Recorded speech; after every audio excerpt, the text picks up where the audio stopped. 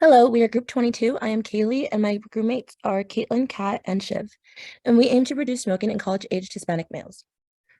College grounds like UCSD are the perfect place for young students to make friends and explore their identities. By joining this community of other students and peers, they open themselves to the possibility of new habits and health behaviors. College students can be both positively and negatively influenced by their social groups. While some take the initiative to join the gym and have new fitness goals, others are introduced to detrimental behaviors such as smoking and drinking alcohol. According to a study published in the Journal of American College Health, a large majority of college smokers, about 70%, report that they smoke only when in some type of social setting.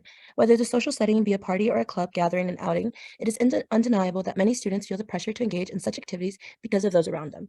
Using what we know about social networks in educational settings, we can target such behaviors and reduce the number of college students who smoke. When targeting a certain population, it is important to be mindful of the niche communities that are often ignored when interventions are implemented. College males tend to smoke less when compared to college women, and 10.7% of college-aged Hispanics smoke when compared to 31.8% of college-aged non-Hispanic American Indians and Alaskan Natives. Next slide, please. Smoking is a big issue among the U.S. population as a whole, but especially within youth. As shown in the chart on the slide, high school-aged youth have already started using nicotine products. Advertisements for flavored nicotine products appeal to youth, and media such as movies and online personas can influence youth to try smoking. About 1,600 youth try smoking for the first time each day, with about 200 new habitual smokers each day, according to the CDC. We aim to help college students quit smoking beginning in their first year. About 2/3 of youth smokers report trying to quit in the past year, and we want to help them achieve that goal. Next slide, please.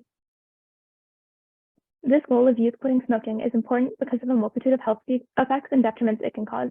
If cigarette smoking continues at the current rate among youth in this country, 5.6 million of today's Americans younger than 18 will die from a smoking-related illness, according to the CDC. That's about 1 in every 13 Americans aged 17 or younger who are alive today. We want to lower this number. Smoking is known to cause detrimental effects as it affects almost every organ through smoke inhalation.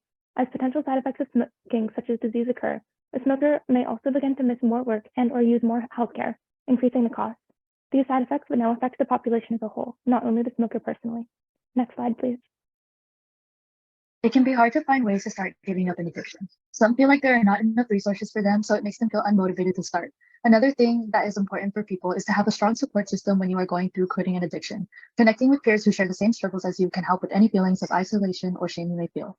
Attending a group therapy program is a big step to recovery and will be a safe place to be vulnerable. The base of our intervention includes setting up a group therapy program with mentors and mentees, as well as using grant funding for mentor incentives and to set up a free nicotine patch vending machine on campus. The mentors will also be current students at UCSD that have quit smoking themselves and have chosen to devote their time and efforts into the program. Our intervention plan includes 2 groups. Our first group is our control group, which will only be receiving nicotine patches. And our second group is our intervention group, which will also be receiving nicotine patches, but they will also be attending a group therapy every other week. Mentors will be assigned 3 to 5 mentees to focus more of their attention and support on. This group will also be receiving daily check-in messages for a quarter, asking them how they are, or to rate how much they are craving nicotine that day. After a quarter has passed, check-in texts will only be at the end of every quarter. As for the community level, we will use the grant funds to set up a free nicotine patch vending machine that will be located at the Student Health Center. This vending machine will be available for everyone, but especially those participating in this intervention. Next slide. As stated before, to evaluate whether this intervention worked and was effective, measurements will be taken of UCSD students over the course of 4 years. Freshmen will initially be selected and will be followed until they graduate, with measurements occurring at the end of each quarter. To evaluate whether this intervention was implemented as planned, we can ask the participants how often they were able to use nicotine patches and whether they were actually reading text messages and attending group therapy. We can also whether they felt like the messages in group sessions actually affected their willingness to continue to stop smoking or continue. To evaluate what effect the intervention had on the target of behavior, we can look at data to see what number of smokers actually quit in the long term in each group. If there's a significant difference between the 2 groups, we'll be able to determine whether or not the intervention was effective, unnecessary, or actually counterintuitive.